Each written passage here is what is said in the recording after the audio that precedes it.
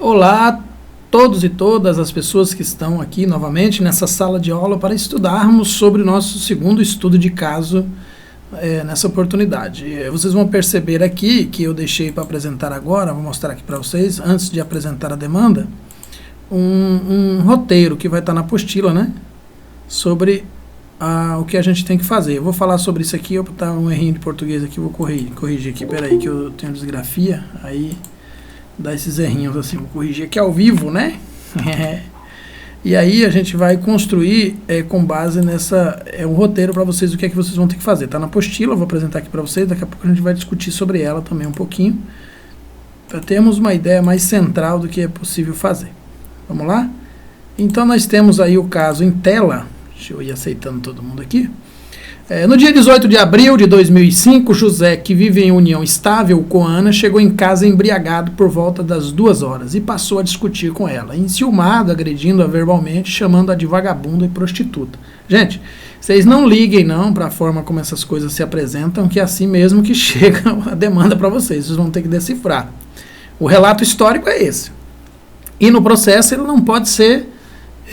não é como a gente faz no laudo. No laudo a gente evita alguns termos. No processo ele vem exatamente como foi. O relato é nu e cru, né? Revoltada, Ana chamou o companheiro de viado e que realmente estava lhe traindo. E ele era corno. Revelou isso insistentemente, partindo para cima do seu companheiro, até que Antônio, não mudei o nome aqui, Antônio lhe deu um tapa na cara, resultando em hematomas, conforme laudo de exame do corpo de delito, que considerou a lesão corporal leve. Ele foi absolvido alegando legítima defesa. Ela havia mudado de casa, estava morando de aluguel e ele descobriu o seu endereço. E passou a apedrejar a sua casa. E lhe perseguiu no ponto de ônibus. Comprou um novo chip de celular e passou a ligar fazendo ameaças. Foi até o emprego de Ana e disse que ela havia roubado no último emprego. E ela foi demitida. Então veja, as possibilidades que se materializam dentro da realidade social em que nós vamos trabalhar são imensas. Então existem muitas possibilidades. Não é uma coisa estática. O importante é que a gente que trabalha na perspectiva dos direitos, precisamos ter em mente sempre isso. A coisa não é estática. As demandas surgem toda vez, elas se parecem, elas têm similitudes, são semelhantes, mas o seu engendramento e a forma como ela se decifra e se revela sempre serão diferentes, trazendo nuances da violação de direitos. Então esse é o segundo estudo de caso que nós estamos trabalhando hoje.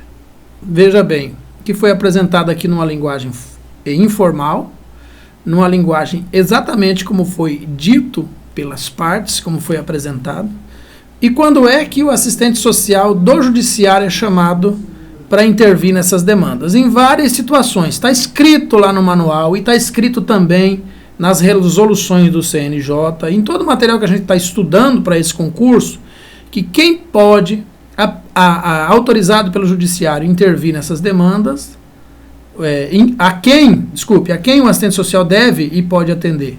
Ao judiciário, propriamente dito, às defensorias, promotoria, ao Ministério Público.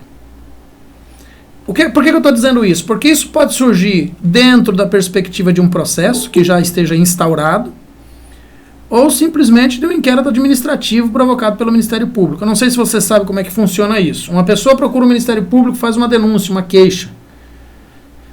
E aí o Ministério Público não pode abrir um processo de imediato, porque ele não tem certeza da demanda. Então existe um acordo dele com o judiciário de que ele precisa ter certeza que a demanda procede para poder encaminhar para a abertura de processo.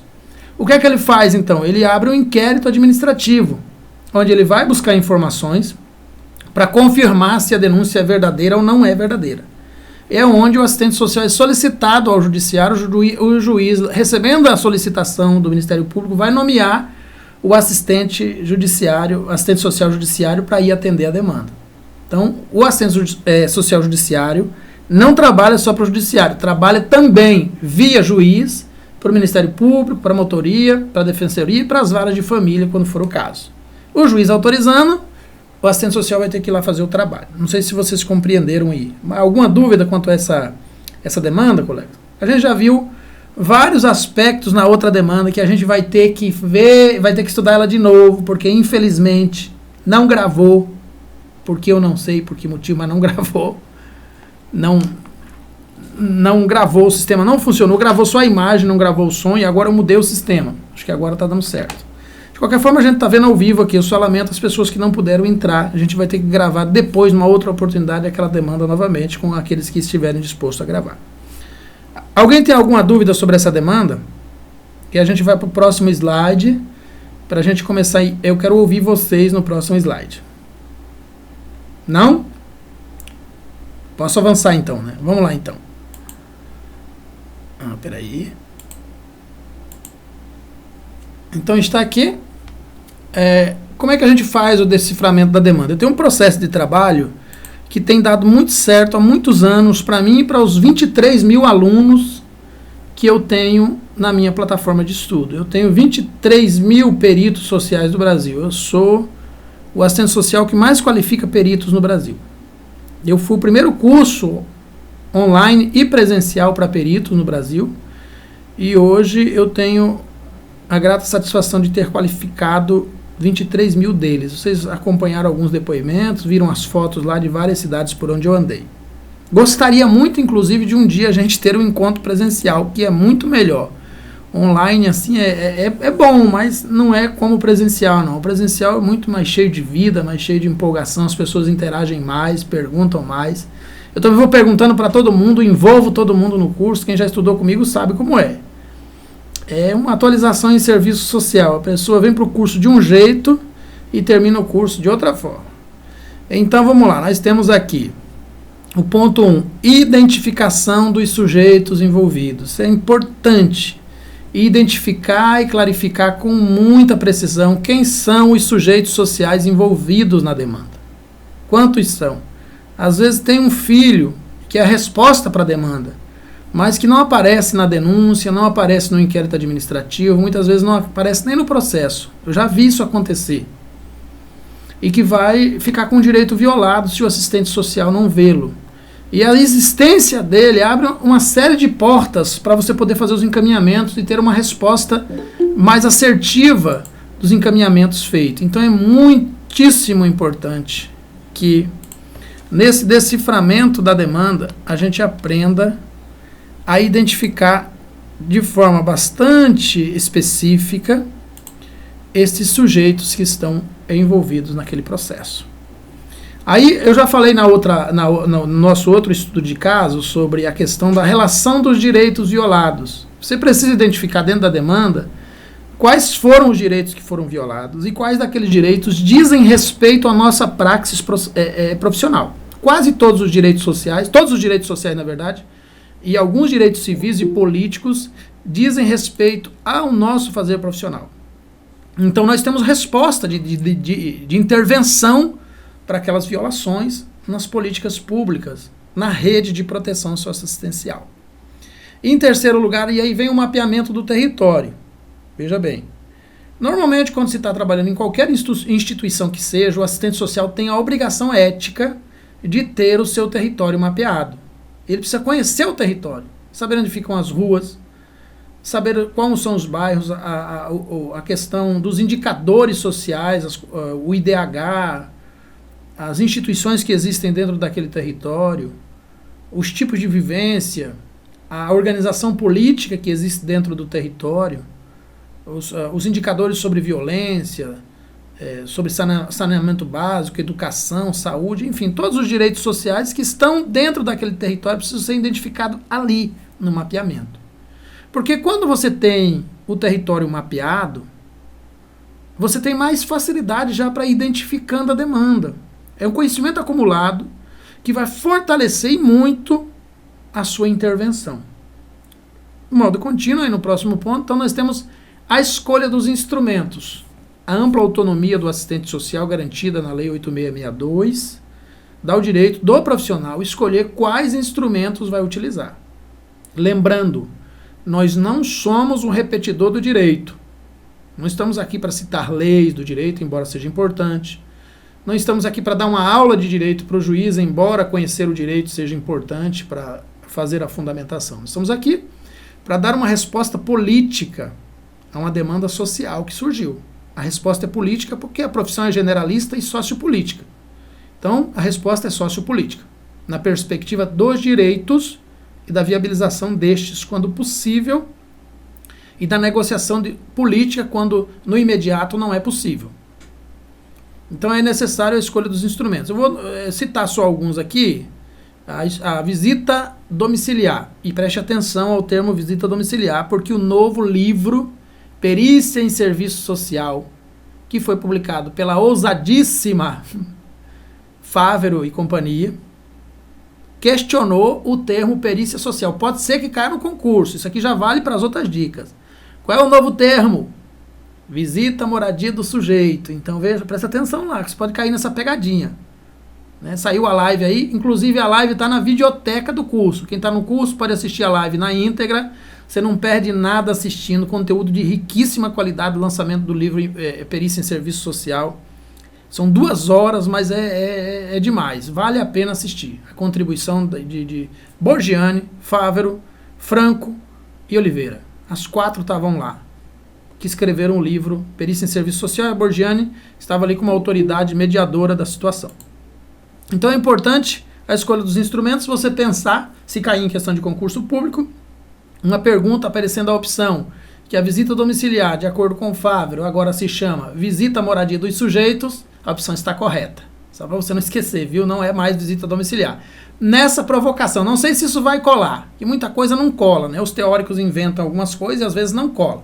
Pode cair nesse ou um outro concurso público, eu achei isso assim de uma forma muito perspicaz, embora eu não concorde, mas foi uma colocação deles. Eu acho que visita domiciliar já atende o conceito. A palavra domiciliar é muito mais completa do que moradia dos sujeitos, mas respeitando a grande autonomia e capacidade teórica das 4 pessoas que eu já citei aqui, eu não vou colocar isso em xeque de discussão, só estou apresentando para vocês as possibilidades que podem aparecer no concurso público. Como é uma atualização, né, na perspectiva delas, pode ser que o organizador da banca decida colocar isso como provocação para ver se você está antenada na contemporaneidade do trabalho de Fávero. Então, o que está no livro de perícia pode aparecer, a gente vai ver isso depois numa aula específica, esse é um dos pontos. Modo contínuo, relação de políticas sociais. Quais são as políticas sociais que estão relacionadas? A bibliografia é opcional, mas é uma coisa para você pensar, não é obrigatório, né? E legislações. Então, a relação de políticas sociais é sempre obrigatória numa intervenção e a legislação também. A bibliografia é opcional. Aí o acionamento da rede de proteção socioassistencial, que a gente já falou na live anterior, na aula anterior sobre estudo de caso 1. Aí a perspectiva do fazer e da praxis profissional, aquilo que são atribuições do assistente social e o que é competência da praxis profissional. Ou seja, atribuições só nós faremos, competência nós vamos ter que dividir com a rede, porque competência a gente não pode assumir todas as competências. Eu tenho insistido nisso, gente. Os profissionais do Brasil têm costumeiramente, assistentes sociais, assumido todas as competências do assistente social. Por isso que se chama competência. Tem que ser feito pelo assistente social, mas não só pelo assistente social, que é diferente das atribuições. O parecer profissional embasado a respeito daquela demanda, e o embasamento diz respeito ao que já está apresentado acima. Identificar os possíveis encaminhamentos que podem ser feitos e as possíveis sugestões de intervenção mediante aquela demanda que se materializou naquele processo ou naquele inquérito administrativo ou naquele programa ou projeto que ali foi apresentado. Como eu disse antes, na outra aula, repito aqui, não sabemos o que é que a VUNESP vai cobrar como discursiva, então nós temos que abrir todas as possibilidades. Mas tendo um conhecimento geral, se você utilizar isso aqui como árvore problema, como tema central, essas dicas que eu estou dando aqui e mais algumas, você vai atender qualquer que seja o documento que ele venha pedir ou a resposta que ele venha pedir. qualquer que seja, você vai conseguir atender. Se ele pedir um laudo, você vai conseguir atender. Nós vamos ter aula sobre laudo. Acho que a matéria que eu mais domino é sobre laudo social e parecer social. Nós vamos ter uma aula sobre isso. Ao vivo, lá no módulo laudos e relatórios e pareceres sociais. Já está prontinho o material aqui, eu já postei lá e só falta a gente entrar aqui para gravar. Alguém tem alguma dúvida sobre isso? Gostaria de acrescentar alguma coisa, sugerir, criticar, pontuar, debater? Fique à vontade. Do contrário, a gente vai voltar para a demanda para buscar informações. Vocês vejam bem. Pelo tamanho do texto, ora apresentado, já se percebe uma coisa. Não temos informações suficientes para entender a demanda nesse texto. Temos? Sim ou não? Opinem. Deixa eu abrir um pouquinho aqui. Pronto. Vocês acham que esse texto é suficiente para compreender a demanda dessa mulher? Da Ana?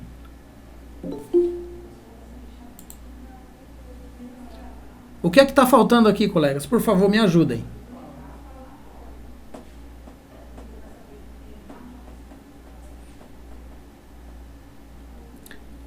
Porque veja bem, quando a pessoa chega no Ministério Público... Oi, pode falar. Quem está falando? Patrícia? Não, a Patrícia... que não. Não, com certeza não, né? São o quê? 4, 5? Tem poucas informações aqui para poder fazer parecer social. Exatamente. Muito pouco. Então a gente já sabe que vai ter que fazer a visita domiciliar. Ou a entrevista institucional, né? A entrevista social da instituição, convidá-la, o que não é muito interessante, mas tem alguns profissionais que preferem, principalmente quando a requerente é de uma região de alta periculosidade, ela prefere convidar, já vi isso acontecer, convidar a usuária requerente para ser atendida. Mas eu não concordo com esse procedimento. Embora seja discutível, eu prefiro a visita domiciliar. Então tem que fazer a visita domiciliar, munido de um referencial teórico e de outros instrumentos, dentro da realização, do desenvolvimento de um método de estudo social, de estudo em serviço social, que também é a nova discussão do livro da perícia, não é mais estudo social, é estudo em serviço social. E atendendo a minha requisição de mais de 8 anos agora, eles resolveram que vão incluir o estudo social na Lei 8662. Vão começar a lutar para incluir, porque ele não está lá. O que está lá é o estudo socioeconômico. O estudo social não é competência e não é atribuição, de acordo com a lei, viu, gente? Na opinião de Morgiani, ele é instrumento. Na opinião de Favre, ele é procedimento metodológico. Então, se a pergunta for relacionada a Borgiani, instrumento. A Mioto, instrumento. A Pisol, instrumento. Dalprazeres, instrumento. Magalhães, instrumento. Mas a Favre, o brilhante, estrela da manhã, a brilhante, para ela é procedimento metodológico, específico do serviço social para conhecer o sujeito na sua totalidade, incluindo suas relações sociais, familiares e culturais e outros aspectos. É uma perspectiva de totalidade o estudo social. Aí agora, pelo livro Perícia em Serviço Social, vem com a criticidade de que se chamará estudo em serviço social e não mais estudo social. E a perícia que era social agora é perícia em serviço social. São algumas mudanças que o tempo vem trazendo para nós. É bom prestar atenção nesses quesitos, porque isso pode cair na questão de concurso. Modificações de nomenclatura. Então vamos lá. Então nós temos que fazer o quê? A visita domiciliar. Quais instrumentos, neste caso, vocês utilizariam para a realização da visita domiciliar? Isso aqui é bem andragógico, né? Lá do nosso 5º semestre da faculdade, mas vale a pena a gente pensar isso, né? Quais instrumentos? Eu utilizaria, como sempre, a entrevista social, por meio de um questionário semi-estruturado, com algumas perguntas, como, por exemplo, se ela tem filhos, se ela trabalha, se ela tem renda, se é reincidente a perspectiva da violência e da agressão com ela. E aí eu já tenho uma construção de vários elementos novos que não estão aqui, né? A perspectiva da preocupação, se ela tem renda, se ela conhece os direitos dela como mulher, são partes do questionário que a gente vai desdobrando e colhendo informações. Um questionário semi-estruturado é aquele que traz várias perguntas, né? Mas também é aberto para fazer perguntas novas que surgirem lá na demanda. Se o juiz nomear especificamente você com quesitos estabelecidos, aí já vem alguns questionários desses próprios quesitos. Eu sempre recomendo aos meus alunos, para responder todos os quesitos que forem pertinentes, e o que não for, se posicionar por que não é pertinente, que não é do nosso fazer profissional. Mas também, e para além disso, não ficar só nos quesitos dados pelas partes, ou pelo juiz, ou pelo Ministério Público. Incluir os nossos quesitos, porque nós não somos um botão de liga-desliga. Vai lá, clica no assistente social que ele acende a lâmpada. Agora clica que desliga a lâmpada. É o executor terminal de políticas públicas. Não somos. E se a gente só responde quesitos, só responde a ordem dada, só atende chamado, só segue orientação, a gente se torna um executor terminal de política. Então, sempre que você puder inserir o seu conhecimento para além daquilo que veio, é importante. Então, se eu atendi a demanda, identifiquei quesitos que deveriam ser colocados, vou colocar quesitos do técnico, assistente social, judiciário, fulano de tal. Pronto. Eu já deixei ali, passei a ser propositor da demanda e não só executor, conforme, inclusive, pautua de forma brilhante nossa querida Yamamoto. A diferença profissional entre os executores do serviço social para aqueles que propõem, aqueles que realmente fazem a intervenção. Eu quero ouvir mais pessoas, tem mais gente aí que pode participar, colegas. Está todo mundo satisfeito? Está entendendo alguma coisa? Está conseguindo compreender? Bom, eu também quero de vocês meia lauda dessa demanda, que pode ser fictício. Você pode pensar um quesito e responder, não precisa se estender muito, é só para mim ver se você conseguiu entender o que é que significa. Vamos supor aqui Eliane, Márcia, Agnes, Thalita, Camila, Júlia, que é Maria Cristina, que esse foi o enunciado que estava lá no concurso. E abaixo aqui vem as perguntas. Quais são as possibilidades de intervenção? Qual seria a sua resposta? Quais são as possibilidades? Mas no caso de procurar, de fazer uma visita domiciliar, entende a pessoa? A intervenção direta. O que é possível fazer a respeito disso para a intervenção? Eu pergunto, a pergunta é meio retórica, não é obrigado a responder, não. Em seguida eu posso responder também. Júlia, Patrícia, Elaine, Thalita, tem duas Thalita aqui, né?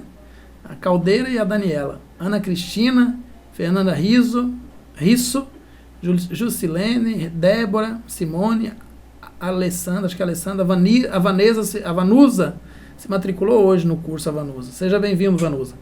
Então, quais são... Primeira pergunta, possibilidade que a gente tem que pensar. Quais são as possibilidades de intervenção? Poderia ser uma pergunta. Se esse fosse o enunciado da discursiva, vamos supor. Ou então eles poderiam perguntar assim, quais os encaminhamentos possíveis? Ou então eles poderiam perguntar, a que equipamentos da rede você deve acionar para atender essa demanda? Os equipamentos da rede tem que ver conforme cada município, né? Cada região do que tem, né? Exatamente. Tem que ter, né, o território. Mas como a intervenção aqui ela é fictícia, então supõe-se que tem todos os equipamentos lá. Então a gente já sabe aqui dentro do estudo que ela perdeu o emprego, ela está desempregada, ela não tem renda. Estava morando numa casa de aluguel, então ela também não tem habitação. Ela continua sendo perseguida pelo agressor, ela precisa de uma medida de proteção. Essas são as possibilidades de intervenção. Então você tem que olhar para o quadro e decifrar quais são as intervenções que precisam. E ela também precisa de... Deixa eu ver aqui.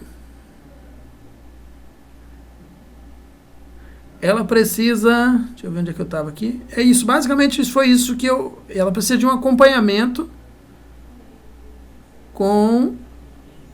que pode ser no CRAS ou no CREAS em relação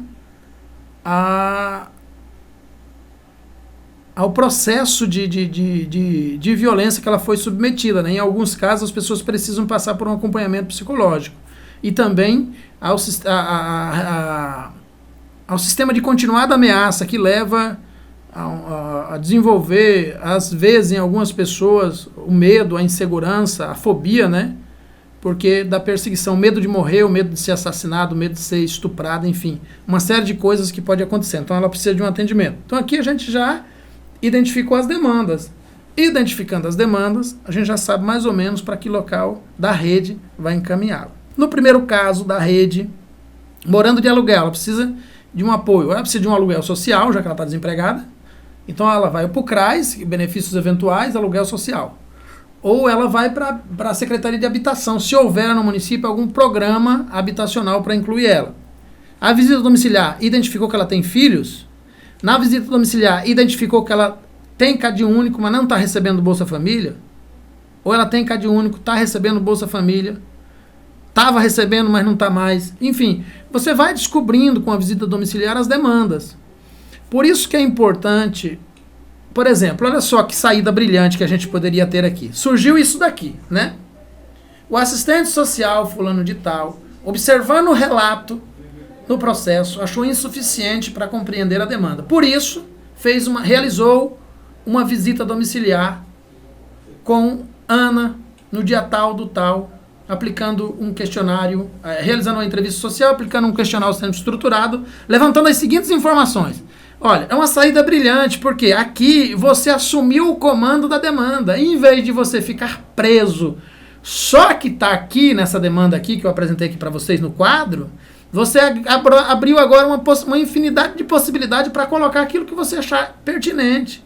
Então aí, a sua demanda tem a possibilidade de receber a citação que você quiser e ganhar um corpo muito maior e uma cobertura muito maior, demonstrando por meio da sua discursiva, se for exigido que ela seja longa, né? A gente não sabe como vai ser, mas se exigir que ela seja bem fundamentada, deu muito mais possibilidade.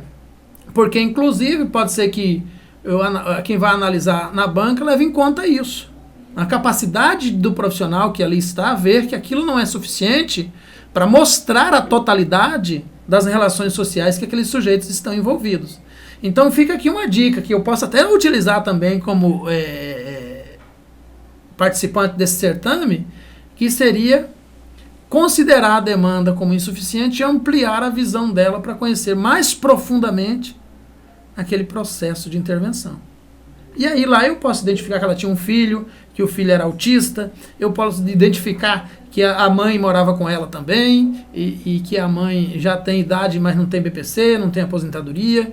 Enfim, eu posso criar uma situação, uma trama em torno disso. Porque isso, na verdade, se materializa quase sempre nas nossas demandas. Eu já fui na casa de uma pessoa fazer uma visita domiciliar, num domicílio, em função de uma pessoa com transtorno mental. Cheguei lá, tinha 3.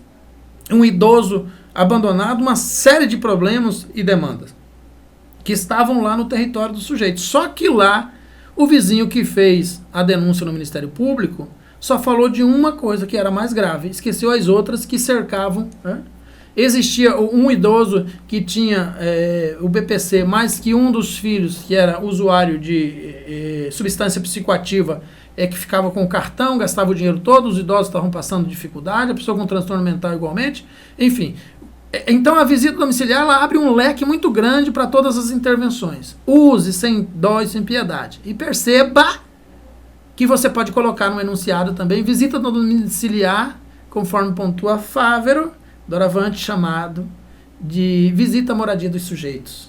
Que aí você já está contemporaneamente assertivo, argumentando de forma assertiva.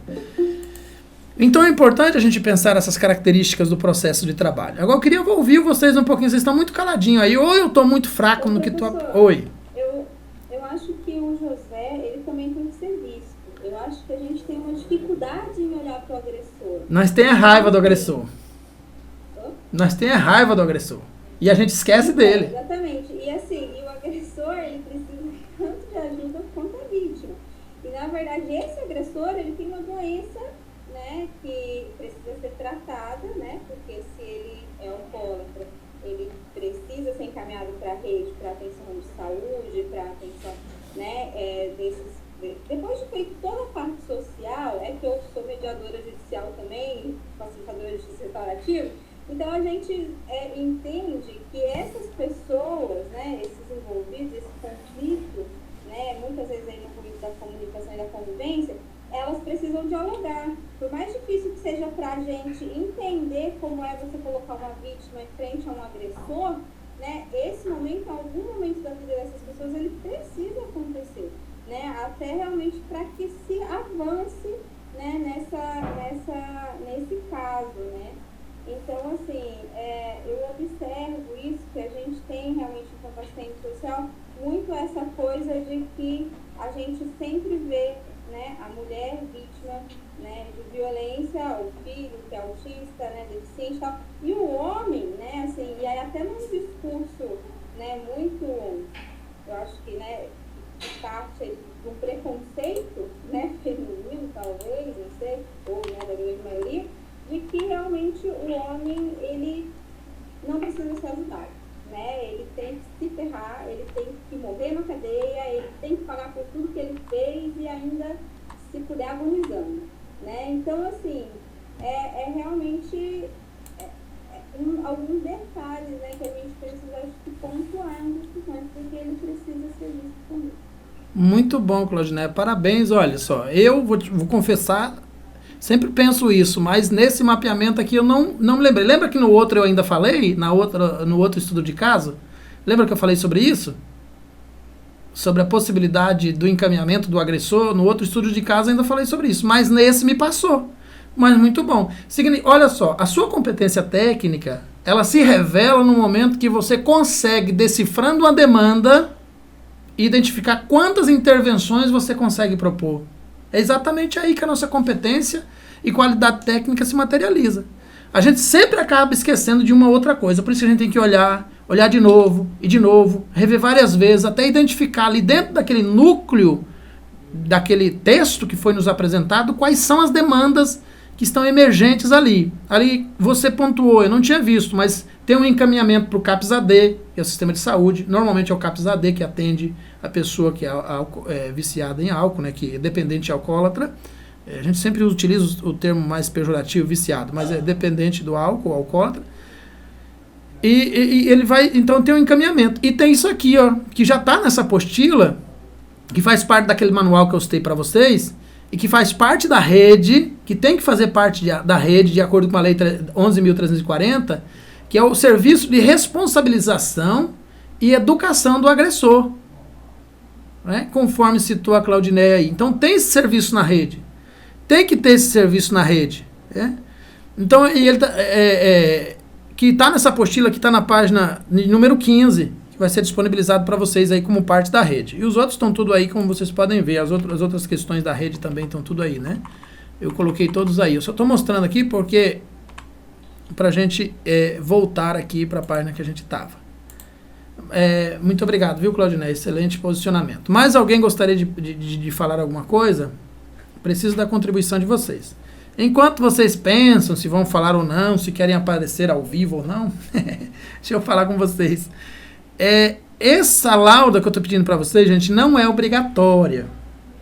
Ela é opcional. Agora, quem for fazer tem que me entregar até sexta-feira, porque sábado a gente já tem outra e eu não posso acumular. Estou estudando 16, 18 horas por dia, não posso acumular trabalho. Então, quem quiser fazer a lauda do estudo de caso 1 ou do estudo de caso 2, uma lauda no máximo, pode ser meia lauda, respondendo essas questões que estão aqui nessa tela, tem até sexta-feira para me encaminhar. E eu vou corrigir e vou observar e vou dialogar com você a respeito de como ficou. Você pode, inclusive, se quiser, pode me enviar no privado do WhatsApp, ou pode me enviar por e-mail, ou pode colocar no grupo também, para as outras pessoas também participar do debate. Aí é opcional, você quem escolhe, né?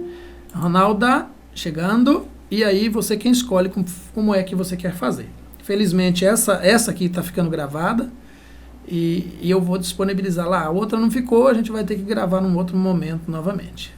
Então era isso, né? Vocês não querem participar, não estão dispostos a participar. Eu acho que eu gostaria de ouvir vocês para a gente encerrar, se vocês têm alguma crítica com esse método de ensino que eu estou utilizando, com esse método de trabalho. Se vocês tiverem alguma crítica, por favor, façam agora. Se quiserem dar alguma sugestão também, se estão gostando, se estão conseguindo entender. Estão conseguindo aprender alguma coisa? Se querem que eu mude alguma coisa no modo de fazer, horário, enfim. No geral, aí vocês agora tá aberto o microfone para vocês falarem o que vocês sentirem aí vontade. Professor, eu acho que poderia ter mais, assim, por exemplo, vídeo, sabe? Assim, tipo, passar uns videozinhos de curta-metragem, pequenininho, tal, pra levar a reflexão e aí a gente entrar no debate, porque quando visualiza, eu não sei, eu sou mais visual e auditivo, né? Então, assim, ler realmente para mim é muito dificultoso. Mas aí é um modo de cada um, né? Mas eu acho que é bacana se puder incluir alguma coisa nesse sentido. Boa dica, eu vou pensar, vou procurar aqui na internet alguns vídeos. Inclusive me lembrei de um agora que eu vi no Facebook sobre uma mulher que estava falando, que estava passando fome e tal, que ele mostra inclusive a casa dela, uma parte da residência, é importante para provocar nosso senso crítico, nossa capacidade crítica da realidade. É interessante, vou pensar nisso sim, viu, Claudineia? Muito obrigado pela sugestão. Mais alguém? Eu também concordo, professora. Eu sou bem visual também, para me ler, assim, é muito...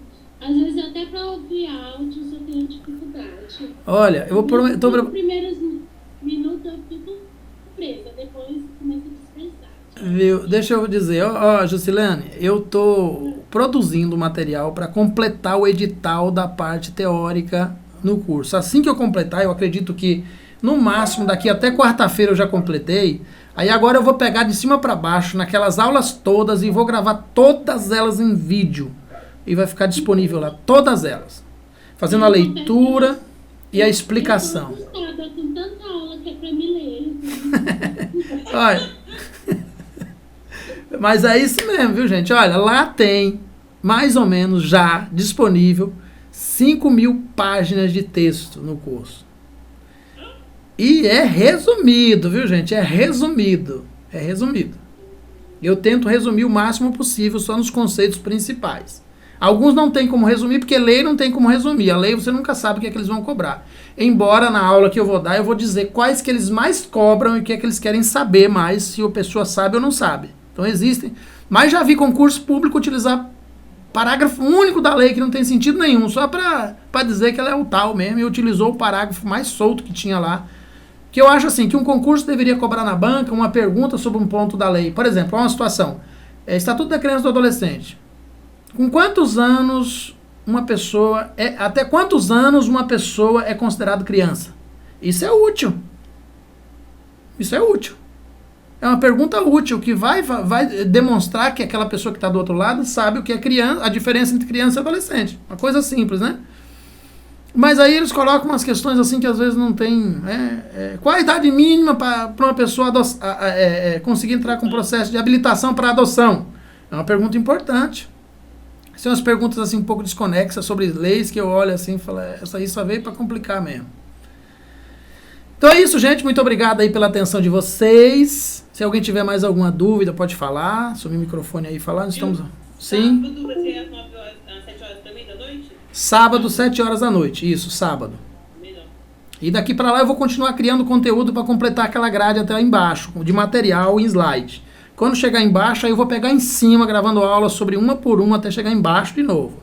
Quando chegar embaixo, eu volto de cima para baixo de novo, falando sobre questões comentadas, até chegar embaixo de novo. E assim sucessivamente. Desejo sucesso a vocês, tudo de bom. Se puder conseguir um amigo, uma amiga para se matricular no curso, dividir os custos para você para ir fazer a prova, com você para ir fazer a prova, se matricular aqui no curso comigo também, eu agradeço, viu? Dou até um brinde para você de algum curso lá da plataforma. Eu posso escolher um daqueles para dar de brinde para quem fizer indicações. Tá bom? Muito obrigado. Tenham todos uma boa noite. Até sábado. Até sábado. Tchau, tchau.